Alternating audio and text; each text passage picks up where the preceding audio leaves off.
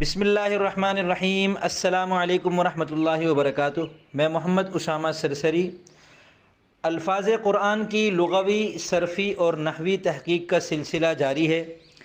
اعوذ باللہ من الشیطان الرجیم۔ بسم اللہ الرحمن الرحیم۔ مالک یوم الدین، لفظ مالک پر اور لفظ یوم پر گزارشات پیش کر دیں۔ اس ویڈیو میں ہم الدین کی لغوی، صرفی اور نحوی تحقیق ملاحظہ کریں گے۔ دین کے حقیقی معنی ہیں اطاعت کرنا اور بدلہ دینا، جزا دینا، اور مجازاً شریعت کے لیے بھی اس کا استعمال ہوتا ہے۔ تو گویا دین کے تین مطلب ہیں: اطاعت، جزا اور شریعت۔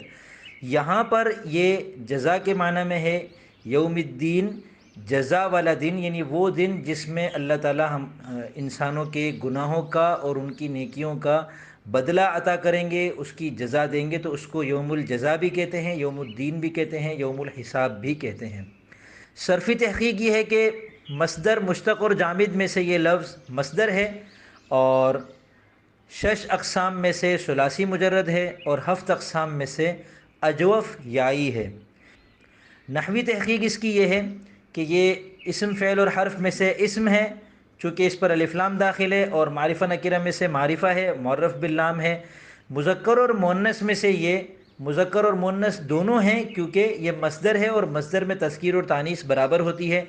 واحد تثنیہ اور جمع کے اعتبار سے یہ واحد ہے۔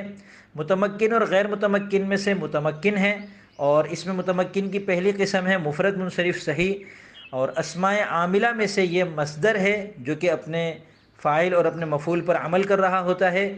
اور اسماء معمولہ کی 3 قسموں مرفوعات، منصوبات اور مجرورات میں سے یہ مجرور باضافت ہے۔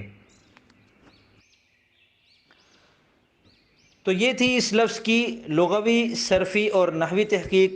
امید کرتا ہوں آپ کو یہ سلسلہ پسند آ رہا ہوگا۔ اس سلسلے کے اعتبار سے اور بھی کوئی مفید تجویز اگر آپ کے ذہن میں ہو تو وہ نیچے تبصرہ خانے میں دے سکتے ہیں۔